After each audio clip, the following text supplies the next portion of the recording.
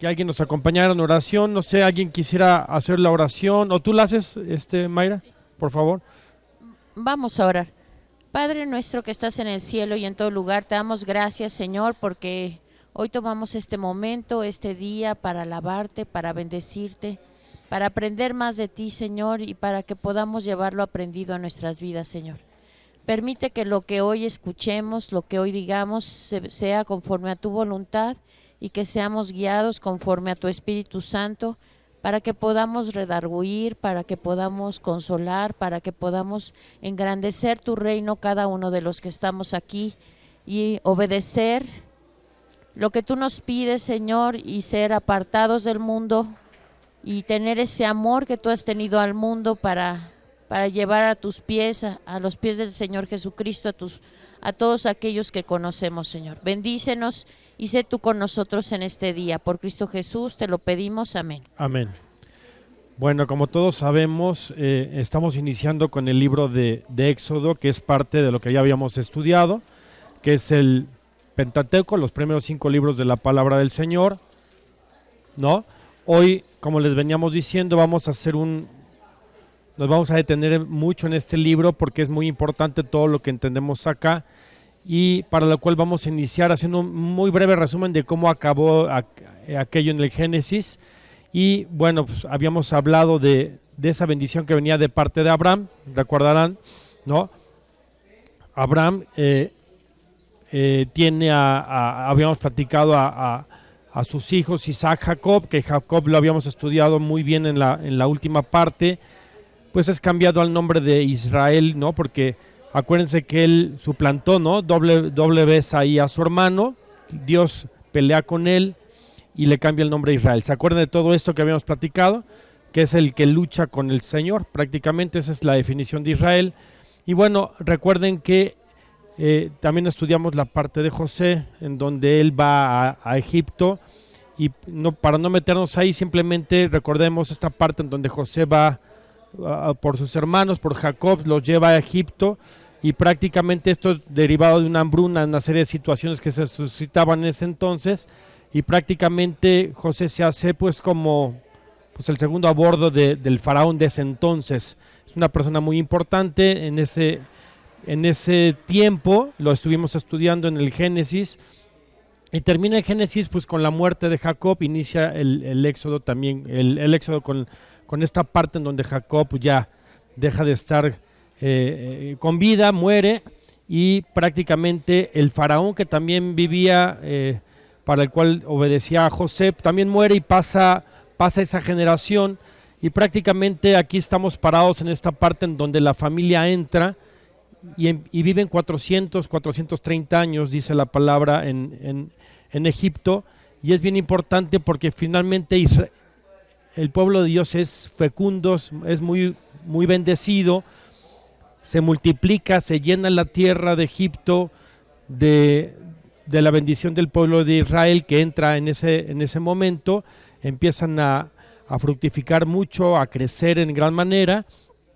Esto lo vemos en las primeras partes del libro de Éxodo, y de ahí prácticamente Faraón, pues el faraón de ese entonces dice: destruyamos al pueblo de Israel. Le pide ahí rápidamente, sin entrar a gran detalle, a las parteras de ese momento, la parte de que todos los niños que van naciendo, pues que fueran muertos por parte de las parteras, que los mataran. Sin embargo, las parteras que atendían a las hebreas no hacen caso de la orden del faraón, y entonces salen con un pretexto a Faraón, porque Faraón se entera que no matan a los hijos varones, deja la instrucción de dejar vivir a las que nacen del sexo femenino. ¿Por qué? Pues porque obviamente él ve lo que se está fructificando en su pueblo y no le conviene, entonces quiere destruir al pueblo de Israel a través de los varones. Pues las parteras al final no hacen caso y sacan un pretexto ahí con Faraón, porque piden explicación y les cuestionan, pues simplemente dicen que las hebreas son más robustas y que simplemente ellas pues no pueden atenderlos porque los hijos nacen antes. La verdad es que no es cierto, pero al final este es lo que ellos explican, y son bendecidas esas parteras que atienden al pueblo de Israel, el pueblo hebreo que están en Egipto, pues porque al final estaban ahí a ese servicio. Y entonces en ese momento la madre de Moisés, porque ahí viene a la luz en esta historia Moisés, viene la parte muy importante en donde después de 3 meses de haberlo tenido, lo echa en una barca. Esa historia ya no la sabemos, no entramos a detalle, y la hija del faraón prácticamente lo rescata y lo hace su hijo. Su madre lo cuida, ¿no? Prácticamente, porque manda a una de sus siervas a solicitar que se le cuide, y Moisés se hace un egipcio prácticamente, nace ante la cobertura de la hija de Faraón cuando lo ponen en la barca. Pero llega un momento en esta historia en el que, pásale para acá, Serge, para que puedas escuchar bien. Llega un momento en esta historia que Moisés, ya cuando es adulto, no entraremos a detalle, ve que hay un egipcio maltratando a parte de su pueblo, porque él sabe que él es hebreo, y se ensaña contra él y lo mata. Y después el pueblo se entera prácticamente con alguna otra parte de esta historia que es un asesino, y él le da miedo, a Moisés le da miedo, y entonces huye allá por la península del Sinaí a un pueblo que es Madián, me parece, no me acuerdo muy bien, al pueblo de Madián, en donde inclusive conoce ahí a su esposa, la que va a ser su esposa, no me acuerdo de su nombre, Séfora me parece, y se va al pueblo de Madián, y ahí él se queda, me parece que son 40 años, pastor, me parece que se quedan 40 años ahí. Imagínense, ¿no? O sea, el problema que él sufre después de haber matado a un egipcio. El faraón lo quería perseguir y él huye a Madián, sale de Egipto y se va a esa península de Sinaí, que es esta parte como triangular que vemos en el mapa mundi. ¿Y qué sucede ahí? Que Dios se le revela en una zarza, ¿no? Dios se le revela en una zarza en el monte de Sinaí, o en el monte de Horeb, que también así llamado es, y le dice: escuché a mi pueblo, porque el pueblo hebreo se queda en Egipto, y escucho el clamor de mi pueblo. Para no entrar en grandes detalles, porque esta es una simple introducción al libro de Éxodo, ahorita entraremos a otras partes. Dios le da la instrucción a través de esta zarza que vaya a Egipto para liberar a su pueblo, ¿no? Él prácticamente tiene esta misión, y entonces él regresa a Egipto. Dice: dile al faraón que deje ir a mi pueblo. Dice: sé que se resistirá. O sea, le está diciendo Dios a Moisés que el faraón se va a resistir, así que traeré plagas, le dice en la palabra, y yo endureceré su corazón, ¿correcto? Entonces regresamos a este punto en donde viene la confrontación de Moisés cuando regresa ya. Se lleva a su parentela de regreso a Egipto, ya con su esposa, sus hijos, se los lleva, y tiene una confrontación que tiene que ver ahí dos particularidades: Faraón y Moisés, con la instrucción de sacarlo del pueblo, ¿no? Entonces aquí prácticamente Faraón se empieza a acercar Moisés se empieza a acercar al Faraón y le empieza a decir: deja a mi pueblo libre, porque estaban en una esclavitud. Eso es muy importante que entendamos, estaban bajo una esclavitud. Y obviamente el faraón pues, se niega varias veces, y tenemos las primeras 5 plagas, que bueno, por allá las van a ver, las primeras 5 plagas, que es la sangre, las ranas, los piojos, las moscas, el ganado, el ganado, no vamos a entrar a detalle. Entonces su corazón se va endureciendo. El faraón, cada vez que le dice Moisés: deja salir a mi pueblo de la esclavitud, Faraón no lo quiere hacer, ¿no? Esto es muy importante. Aquí pintamos el corazón endurecido del faraón. Después vienen las siguientes 5 plagas, en donde Dios endurece el corazón del faraón. ¿Qué pasa en este punto? Dios sabía que Faraón se resistiría, pero le dio muchas veces oportunidades al faraón, a sabiendas de que Dios sabía que se iba a endurecer. La maldad de Faraón llega a un punto en donde ya no hay un retorno prácticamente, ¿sí? Y Dios dirige la maldad de Faraón para sus propósitos y lo lleva a su propia destrucción. Entonces prácticamente estas siguientes 5 plagas de las 10 es donde Dios endurece el corazón de Faraón. Al principio el Faraón mismo endurece su corazón. Y pasan todas estas plagas que por allá ustedes las van a poder ver o fotografiar, no vamos a entrar a detalle. Y aquí es bien importante que en la última plaga, ya para dejar salir al pueblo, aquí Dios le dice, voy a matar, va a haber una última plaga que es matar a los primogénitos. Primogénitos de todos, inclusive de las bestias, creo que también dice la palabra de Dios. O sea, de todos, bestias y seres humanos en ese imperio egipcio. Sin embargo, aquí entra una parte importantísima para nosotros que es la Pascua, ¿no? Que es ese pasar, digamos, que vamos a empezar a estudiar, en donde Dios le pide al pueblo hebreo que en ese mes que va a ser, me parece, dice la palabra, que va a ser su primer mes para ellos dentro de su calendario, así dice la palabra, va a ser su primer mes del año, que es entre marzo y abril.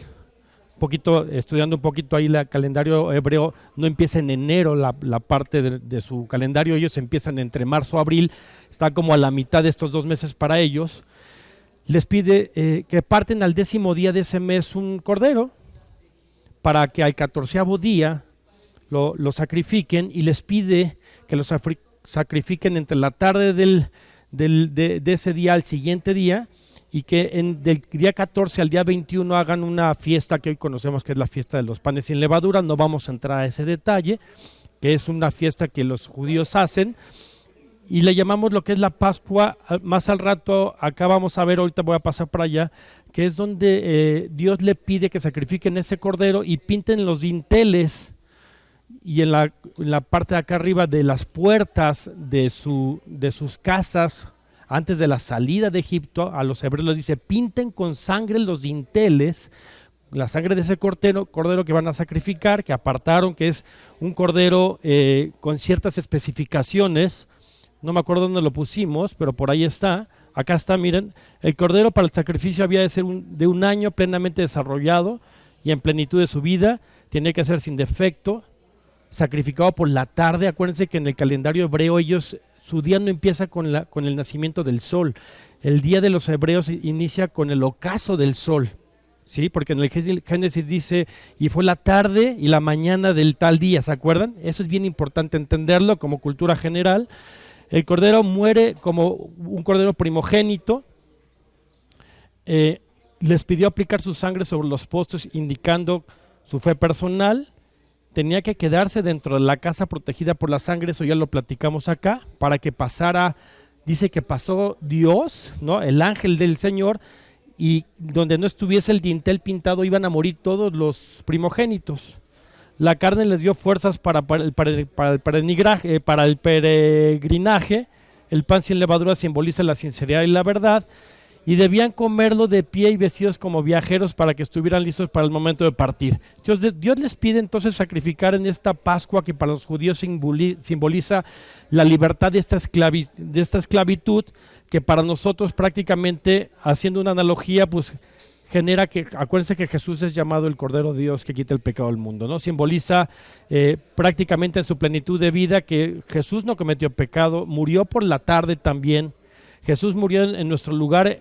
Esto viene en el Nuevo Testamento. Por la fe se aplica la sangre de Dios en nuestro corazón y somos salvos. Eso es algo que creemos los creyentes en el Señor.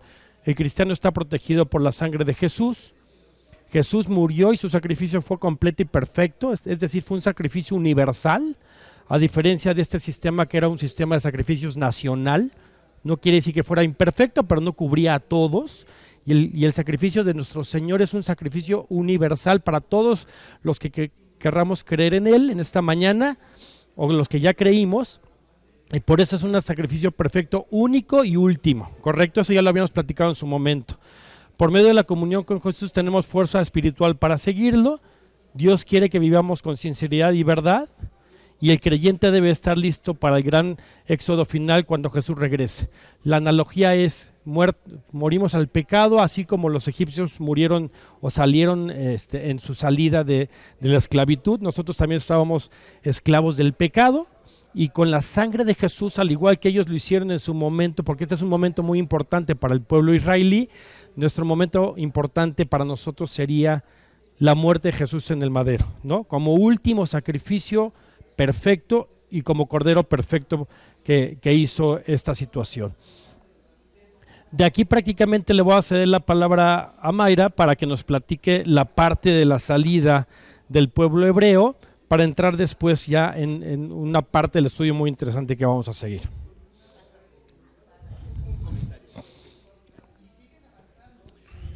Cuando se habla de esclavitud, quizá nos queda un poquito lejos pensar en la esclavitud, porque gracias a Dios ninguno de nosotros hemos pasado por eso. Pero cuando Alex mencionaba esto, me recordaba el testimonio de un pastor yucateco. Yucatán es uno de los lugares donde se practicaba la esclavitud en México. Yo no lo sabía. Resulta que en las fincas donde se trabaja el yute, había grandes hacendados y había trabajadores que estaban en la esclavitud. A lo mejor por ahí en los libros de historia se acuerdan de las tiendas de raya. Estas personas no tenían un sueldo propiamente, porque todo se lo surtía la tienda de raya. Ahí encontraban alimento, vestido, y la gente ahí vivió, sus hijos, sus padres. Y este pastor yucateco, parte de su familia estuvo trabajando en esos lugares. Y lo que él comenta es que, ahí sí, de la historia no me acuerdo, hubo un día que también en México se hizo la declaración de la libertad, digamos, de los esclavos. Y efectivamente los que estaban trabajando ahí quedaron en libertad. Pero la tragedia resultó que muchas familias de esclavos decidieron quedarse con sus patrones. Ellos decían, si yo salgo de aquí, lo único que yo sé hacer es trabajar el enequén, el yute, y si me voy en libertad, ¿a dónde voy? No tengo casa, no tengo familia, mi familia está aquí, no sé hacer otra cosa. Y entonces hablaban con los hacendados y le decían, yo me quiero quedar aquí de esclavo. No decían de esclavo, pero en la práctica eso era lo que sucedía. Y lo trágico es que así somos nosotros con el pecado. Llega un momento tal que el pecado efectivamente nos tiene bajo control, que cuando tenemos la opción en Cristo de ser libres, ya no queremos la libertad que nos da Cristo, porque no sabemos qué va a ser en el futuro.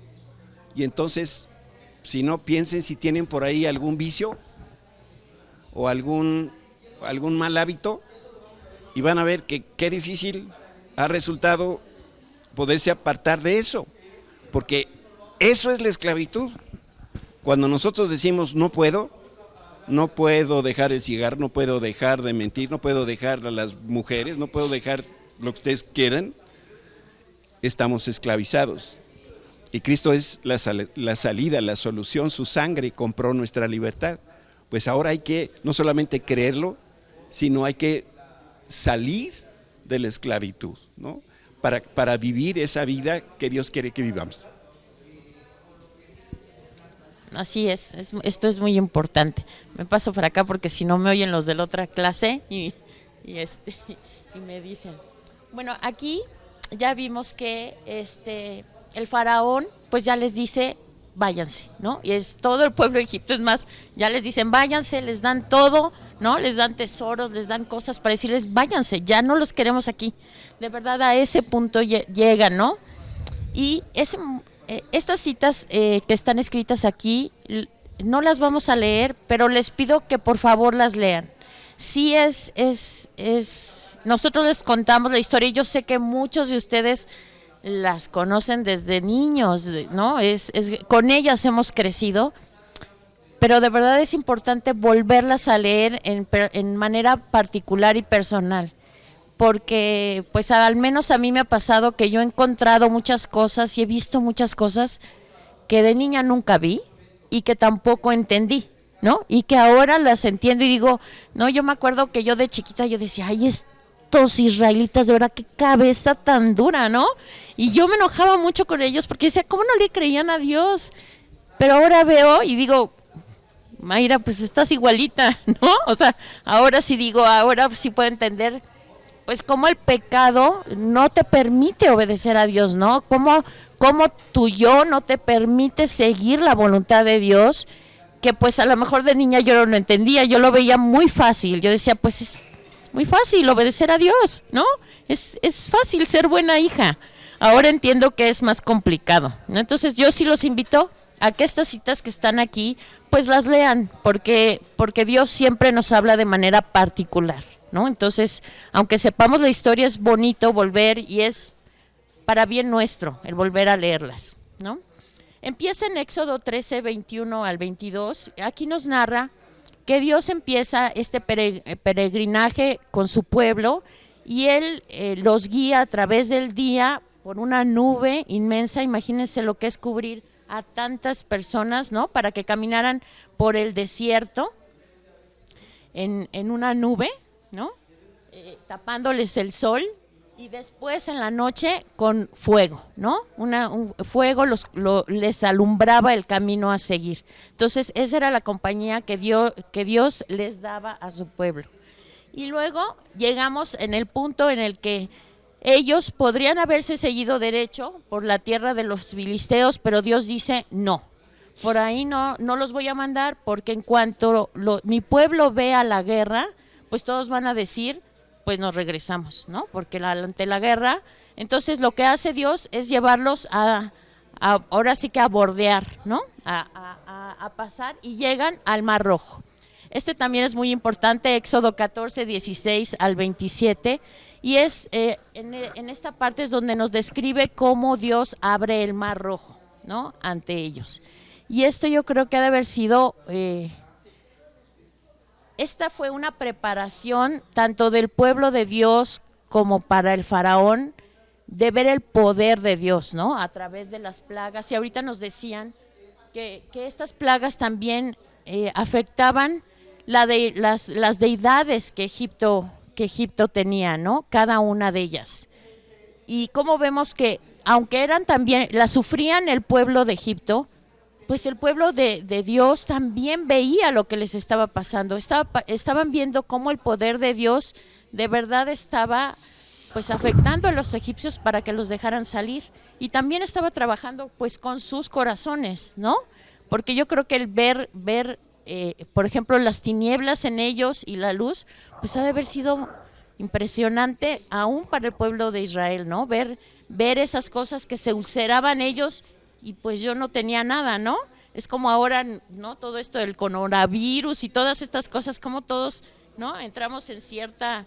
Pero saber que a ti no te va a pasar nada de esas plagas, creo que era para los israelitas también algo muy importante, ¿no? Que creo que es importante que nosotros también, ahora sí que lo aterricemos a cómo nos sentiríamos nosotros, ¿no? A ver en esa protección que hay en los que creemos en Dios y en los que no lo hay, ¿no? Como hay cierta protección. Me acuerdo mucho del pastor, me encanta cómo él dice, ¿no? Algo que te cubre, ¿no? Y pues si tú te sales de ahí, ¿no? Pienso como cuando éramos niños en estos campos, ¿no? De que las mujeres ponían unos campos, pues de fuerza para que no entrara el enemigo, ¿no? Como en Star Wars, que ponen sus campos de fuerza y que no pueden, ¿no? Así, ¿no? Y entonces, bueno, estamos aquí, Dios abre el mar, ¿no? Y el pueblo camina en seco. Qué increíble. A mí si hay algo que me encanta en la creación, es el mar, ¿no? Su poder, su fuerza, el sonido, ¿no? Y la inmensidad que tiene y la profundidad que tiene.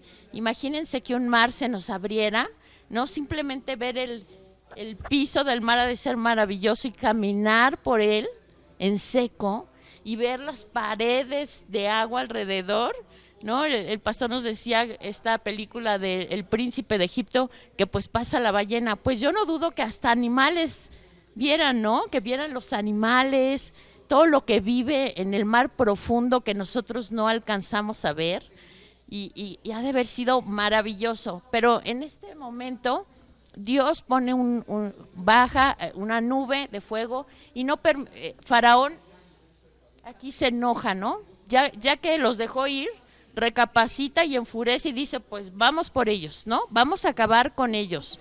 Aquí es cuando vemos que ya no hay retorno para la maldad de Faraón. Faraón ha decidido llenar su corazón de odio, de endurecerlo, y Dios también ya lo endurece, ¿no? Ya llega un momento en que Dios dice, hasta aquí ya no hay cómo ayudarte, ¿no? Y entonces, al fin de cuentas, Dios usa ese enojo a su favor de su pueblo, ¿no? De tal manera que Él dice, pues va a venir Faraón y mi gloria se va a ver manifiesta a todos los demás, ¿no? Porque Faraón, como todos sabemos, entra en seco también al mar, pero llega un momento cuando ya Israel pasa, que entonces Dios le dice a Moisés, ahora sí, toca el agua, y el mar regresa, ¿no? Y regresa, y pues los egipcios están en medio de eso. Y aunque ellos a la mitad se dan cuenta y dicen, ellos no estamos persiguiendo a Israel, estamos persiguiendo a su Dios y mejor nos regresamos, ya es demasiado tarde, ¿no? Ya es demasiado tarde, y entonces ellos, para la gloria de Dios, quedan ahí, ¿no? Los enemigos de Dios quedan ahí. Y eso yo creo que lo podemos ver en nuestras propias vidas. Dios nos va a proteger con esa nube y con ese fuego, va a proteger nuestras vidas. Nos protege a los nuestros. Claro, si nosotros creemos, si obedecemos, ¿no? Si tenemos esa relación con Él, que eso es lo que podemos ver, ¿no? En este cruce del mar, que es muy importante, y les invito a que lo lean porque es maravilloso. Acá está. Bueno, entonces aquí vemos, me voy a pasar de este lado para no pasar el sonido para allá. Aquí hay puntos muy importantes en lo que acabamos de estudiar, en esos pocos momentos, que es la protección del Señor. La protección del Señor durante las 10 plagas estaba con el pueblo, ¿eh? O sea, ellos no vivían eso. O sea, la palabra dice que eso lo vivían el pueblo egipcio. Ellos estaban cubiertos durante esas plagas. Y el Señor cubrió con la sangre, y por eso lo quisimos poner con rojo. La importancia de la sangre no es que haya sido cualquier cosa, ¿eh? No solo es la obediencia y la sangre. En la palabra de Dios, la sangre pasa a ser algo, no creo que demasiado importante, es lo más importante. Por eso Cristo, que es el Cordero de Dios que quita el pecado del mundo, tuvo que morir en la cruz y salvarnos con gracia de nuestros pecados, algo que no nos merecemos, y con misericordia extender esa sangre a todos nosotros. Eso es bien importante que lo entendamos. Ya desde el Antiguo Testamento lo veníamos viendo en esa senda que traíamos las veces pasadas, las clases pasadas. Viene esa senda de la sangre de nuestro Salvador, desde la promesa que es expulsado, ¿se acuerdan? De la parte del Edén. Desde ahí, de esa maldición venía con una promesa ya. Y por eso empezamos a pintar toda esa senda de rojo. Por eso aquí no solo es la obediencia, era la obediencia y era la sangre. Hace unos 2 años que cambié de área yo en mi empresa. Yo tengo a mi cargo todos los inmuebles de la compañía más otra serie de actividades. Es una pequeña de las actividades que yo tengo. Me llamó mucho la atención cuando fui a ver uno de los judíos que son dueños de casi todos los corporativos que hoy ven en toda Reforma. Son dueños de todos los corporativos, edificios enormes, personajes, gente muy complicada para los negocios, muy, muy férrea. Cuando entré ahí a Bosques de las Lomas, a la oficina de uno de los judíos, que era una casa enorme, que creo que había sido de Lázaro Cárdenas, yo venía con mi jefe, y cuando entré, algo que ahorita me acordé por esto, vi en las paredes, en los dinteles, unas manos, pues ya no se veían rojas, cuando se pone la sangre seca, se pone como marrón. Cuando lo vi me generó un impacto muy fuerte, porque si fuera esta la puerta, había aquí, aquí y aquí unas manos, se ve que del patriarca o del padre de esa familia. Yo me di cuenta que había sido sangre, se ve que era sangre pero ya seca, y se ve que ese lugar ya había sido pintado durante muchas veces, pero la pintura, o sea, la bajaban y la rodeaban la sangre, se ve que era la instrucción de no pasar, ¿eh? O sea, es algo real, eso. En una casa aquí en Bosques de las Lomas, ahí en Montes Urales, cuando yo entré y le traté de explicar un poco a mi jefe, no sé si me entendió o no, pero ya le fui explicando después de esta situación que yo vi, me llamó mucho la atención que ellos pues creen en eso, es real, no solo viene en la Biblia, es una historia, la sangre tiene poder. En la sangre está la vida, dice la palabra, está el alma de las personas. Por eso que si nos desangramos se nos va la vida, nos morimos. Eso ya lo habíamos platicado la vez pasada, ¿se acuerdan? Por eso aquí la sangre no es poco importante, es muy importante, ¿correcto? Entonces, esta parte es sumamente importante y la importancia del éxodo a lo largo de la historia pues de la historia de Israel, del pueblo hebreo, si pasamos por legisladores, salmistas, profetas, ¿no? Etcétera, etcétera, tiene un carácter providencial muy importante, demasiado importante, yo diría extraordinario o inclusive milagroso. ¿De qué? De los eventos que aquí acabamos de narrar, que acompañaron que la salida de Egipto y en particular el cruce que ahorita Mayra nos acaba de platicar en el Antiguo Testamento, ¿no? Ajá. Gosén. Ok. Muy bien. Cada vez que el pueblo de Israel recordaba esta maravilla, porque esto es una maravilla, lo platicamos hoy en la mañana con el pastor, pues la verdad es que sí, es que es de edad, o sea, el pastor decía, es que hay que dimensionar un poquito por qué las cosas son como son. No salieron 3, no salieron 4, dice la palabra que salieron 600,000 personas. Si ustedes ven a veces las marchas que hay aquí en la Ciudad de México, pues a veces no llegan ni esas cantidades y son toneladas de gente, ¿no? Varones, más toda la gente que les venía acompañando, esclavos, hijos, o sea, imagínense, han de haber sido millones de personas seguramente. Se figuran esas marchas en donde de repente hay millones. El encargo que traía Moisés no era menor, era muy fuerte. Imagínense esa gente después cuando pasemos a la parte del desierto, 40 años, pues revelándosele, pues no haber sido fácil, ¿no? Entonces eso lo veremos más adelante. Entonces hay varios versículos que me gustaría que me ayudaran con sus Biblias del Antiguo Testamento y del Nuevo Testamento, que me gustaría que abriéramos y alguien me pueda ayudar a leer esta importancia que tiene tanto en el Antiguo como en el Nuevo Testamento. El libro de Josué 24:17, si alguien me levanta la mano para que me lo pueda leer. Josué 24:17, por favor. ¿Alguien lo tiene ya? Fuerte, por favor. Si quieres aquí paradita. Bueno, ahí. 24:17, fuerte. Sí. Porque Jehová nuestro Dios es el que nos sacó a nosotros y a nuestro padre de la tierra de Egipto, de la casa de servidumbre, el que ha hecho estas grandes señales y nos ha guardado por todo el camino por donde hemos andado, y en todos los pueblos por entre los cuales pasamos.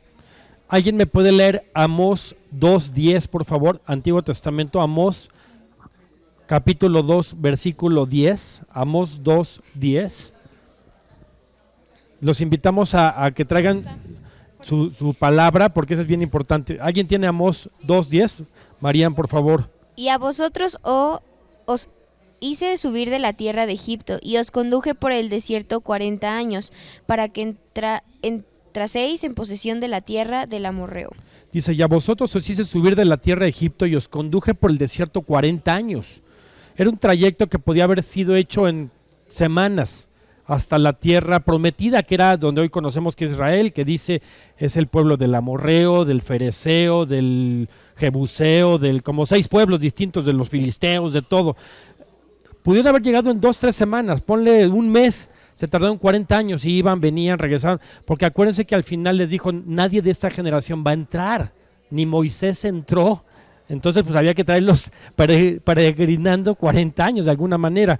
¿Quién me puede leer Miqueas 6:4, por favor? Miqueas 6:4, también Antiguo Testamento, Miqueas 6:4. Fuerte, por favor. Porque yo te hice subir de la tierra de Egipto, y de la casa de servidumbre te redimí, y envié delante de ti a Moisés, a Aarón y a María.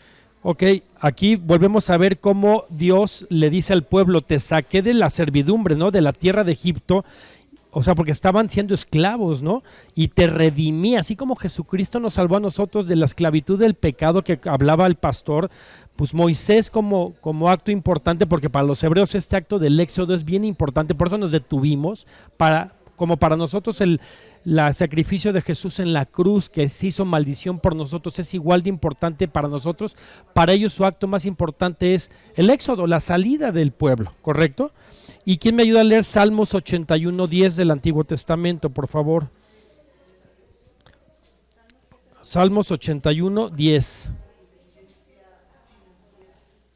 Y de ahí nos vamos a ir al Nuevo Testamento para que estén preparados. Salmos 81:10. Fuerte, por favor.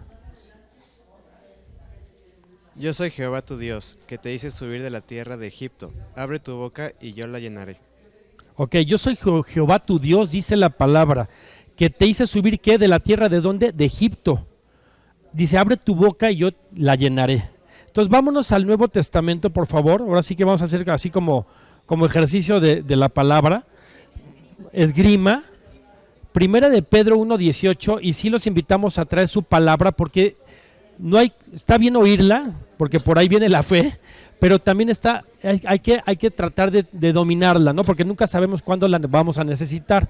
Primera de Pedro 1, del 18 al 19, por favor. Sabiendo que fuisteis rescatados de vuestra vana manera de vivir, la cual recibisteis de vuestros padres, no son cosas corruptibles como oro o plata, sino con la sangre preciosa de Cristo, como de un cordero sin mancha y sin contaminación. Aquí ya estamos haciendo la similitud de esta salida, de esta esclavitud, pero ahora con la sangre de Cristo. Como cristianos, al recibir al Señor, renunciamos de esa esclavitud del pecado en el que nos podemos encontrar. Decía el pastor, cualquier pecado que podamos describir sería una esclavitud, y con la sangre de Cristo, que fue única y suficiente, ya no hay más por qué hacer más sacrificios, fuimos rescatados. 1 Corintios 6:20, por favor, por allá atrás también se me pueden ayudar. 1 Corintios 6:20, si son tan amables. Bueno, acá atrás. Entre los descendientes de Gersón estaba Libni, Yahat, Sima, Joa, Ido, Sera y Yatrai. A ver, se los voy a leer yo. 1 Corintios 6:20, a ver, Liz, por favor. Porque habéis sido comprados por precio. Glorificad pues a Dios en vuestro cuerpo y en vuestro espíritu, los cuales son de Dios. Dicen, gracias Liz, porque habéis sido comprados por precio. ¿Por qué por precio? Porque sí fue un alto precio, ¿no? Alguien escuchaba, no sé quién lo dijo, pastor, hace como 2 fines de semana. Alguien lo escuché, no es cierto, creo que alguien me lo dijo, uno de los hermanos. Si ustedes vieran a un borrachito en la calle tumbado, ¿ustedes serían capaces de sacrificar a su hijo por darle salvación a esa persona? A uno de nuestros hijos me lo dejó pensando, no sé quién me lo dijo, apenas alguien me lo dijo. Pues yo lo pensaría, ¿eh? O sea, un borrachito en la calle, un drogadicto, un prostituta, cualquiera de nosotros daríamos a nuestro hijo, propio hijo, por salvar a esa persona. Creo que cualquiera de nosotros nos cuestionaríamos un poquito a nosotros mismos. ¿Mí mismo lo harías? No, o sea, no. Jesús, Dios lo hizo, mandó a su Hijo unigénito para morir por todos y cada uno de nosotros en una cruz, haciéndose maldición por nosotros, dándonos gracia. O sea, ese es el regalo. Sí costó, para nosotros es gratis, pero tuvo un alto precio que fue la sangre de Jesús. Y solamente hay que aceptarlo en nuestro corazón como único y suficiente Salvador. ¿No es increíble? Para mí es impactante. Por eso yo me convertí. Es más, hoy cumplo años de convertido. Hoy es 16 de febrero, ¿no? Del año 91. Entonces, para mí es importante, ¿no? Y Colosenses 1 del 13 al 14. Colosenses 1 del 13 al 14, por favor, para después hacerle la palabra a Mayra. Colosenses 1 del 13 al 14. Fuerte, por favor, Mariana. El cual nos ha librado de la potestad de las tinieblas y trasladado al reino de su amado Hijo, en quien tenemos redención por su sangre, el perdón de pecados. Aquí habla del perdón de pecados, ¿no? Así como el pueblo de Israel fue salvado con esta situación que ya platicamos, fue redimido. Hoy Tamaira nos va a platicar un poco de los 10 mandamientos, que per se los 10 mandamientos no son para salvación, era un código moral, ¿no? de conducta. Nosotros fuimos salvados por medio del Cordero de Dios que quita el pecado del mundo con su sangre en la cruz hace 2020 años, y la verdad es que eso es lo primordial para nosotros, ¿no? Entonces Mayra nos va a platicar ahora a continuación los milagros durante el viaje de esos 40 años. Adelante. Gracias. Es que viene ahorita también un pensamiento nuevamente para dimensionar la esclavitud. Hace algunos domingos aprendimos que de la descendencia de Noé, Sem, Cam y Jafet, uno de los hijos ve la desnudez de su padre, Noé lo maldice, ese es Cam. De Cam vienen los cananitas. Los cananitas es la forma de identificar el pueblo contrario al pueblo de Dios. Canaán, cuando se multiplica, Puebla la parte norte de África, donde se sucede la mayor esclavitud que la humanidad ha visto hasta ese tiempo. Y solamente hablo de un caso que medio conozco. La esclavitud de África llega a América, llega particularmente a los Estados Unidos. Al día de hoy, la población más o menos desarrollada económicamente son los negros. Hace tiempo se descubrió una clínica que estaba ofreciendo aparentemente facilidades de aborto a las jovencitas negras, y con esto lo único que se veía era el deseo satánico atrás de matar a la población negra en los Estados Unidos. Esto causó un escándalo. La organización se llamaba Planned Parenthood, planeación para ser padres o para la procreación. Las cárceles en Estados Unidos, la población número 1 son los negros, son los que menos estudios tienen, y es una prueba patente del efecto de la esclavitud, mientras que otros, y se oye muy feo, pero los angloamericanos que viven en el mismo país, ellos son fructíferos, ellos ganan, ellos tienen mejor salud. Sí hay gente que está en las cárceles, pero no como los negros. Claro. Y hasta el día de hoy sigue habiendo, y más con el gobierno que hoy tienen, nuevamente se ha levantado una onda fuertísima de discriminación contra los negros. O sea, la esclavitud no ha acabado, Claro. ni va a acabar. Claro. Y ahí es donde nosotros vemos, ahora pongámonos nosotros la chamarra de negros. Imagínense que nosotros fuésemos de ese pueblo de negros y que encontramos un libertador y que ahora ya no somos más negros, ahora somos blancos. Y no porque el blanco tenga algo mejor que el negro, pero lo que quiero poner digamos, de relieve es de dónde nos tomó el Señor. Éramos negros y hoy ya somos blancos porque la sangre de Cristo nos lavó. Lo que no puede hacer el maquillaje, lo que no puede hacer muchas cosas, la sangre de Cristo sí lo pudo hacer. Claro que sí. Sí, de verdad es muy cierto. ¿Se acuerdan que cuando veíamos eso era siervos de siervos? O sea, ¿no? Lo más bajo, ¿no? Es lo que decía el pastor. Yo creo que podemos quedarnos con este sentir de que Jesucristo murió por nosotros en la cruz y murió para perdonarnos, porque no éramos nada para merecer este regalo, pero sin embargo en su amor nos ha tocado a cada uno de los que estamos aquí sentados. Él tiene un propósito de vida para cada uno de nosotros y su plan es que lo aceptemos como nuestro Salvador para que llevemos la vida que Él desea que llevemos, porque Él tiene un propósito y es santo y es bueno. Debemos de llevar vidas que reflejen el amor de Dios y su poder. Eso es lo que debemos de hacer. Dios les bendiga y que tengan una bendecida semana esta. Gracias.